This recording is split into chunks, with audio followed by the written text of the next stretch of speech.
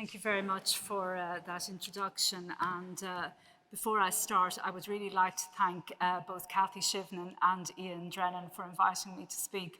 I'm very honoured to be here to talk to you about the new Insolvency Directive.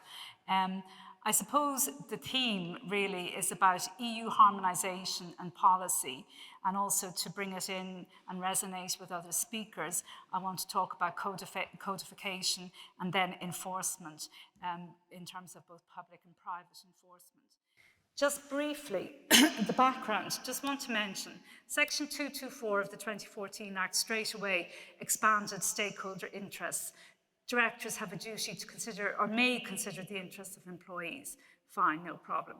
Section 227, or this is, 227. The interesting thing here is that the directors owe their duties, but to the company. That's what it says in the statute. And in brackets, it says, and to the company alone, just in case we didn't get it the first time. That means that this is just a very straightforward statement of Victorian company law. I think these three cases raise three different questions, not separately, but together there are three questions. The first question is, what triggers this duty? Is it the fact of insolvency? Is it the likelihood of insolvency? Or is it the probability of insolvency? In insolvency, it's different because the liquidator will have the action against the directors for breach of duty. But one of the issues that has bothered us quite a bit in previous times in the Company Law Review Group is that even if you have a clear statement of what the director's duty is, it's still a very uncertain cause of action.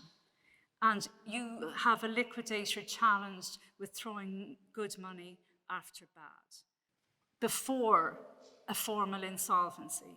And the preparation phase is to, if you like, negotiate and agree a pre-arranged sale of a viable business. And then the next step is a formal liquidation process. But during the preparation phase, there is a notification process. The legislation that reflects this pre-pack proceeding, there are two formats of it already enacted in the Netherlands and in Spain, as I understand it. So that is where the pre-pack proceeding is coming from. And what is interesting, going back to the Committee of Experts, many of us on the Committee of Experts, first of all, had no idea why this was being talked about. And secondly, we're very surprised to see this version of it in the directive. But it seems that it makes perfect sense to European practitioners and some European member states. It's not as easy as you would think to have a simplified liquidation process that is both cheap and also, and these are my views, and also properly overseen. So thank you very much for your time.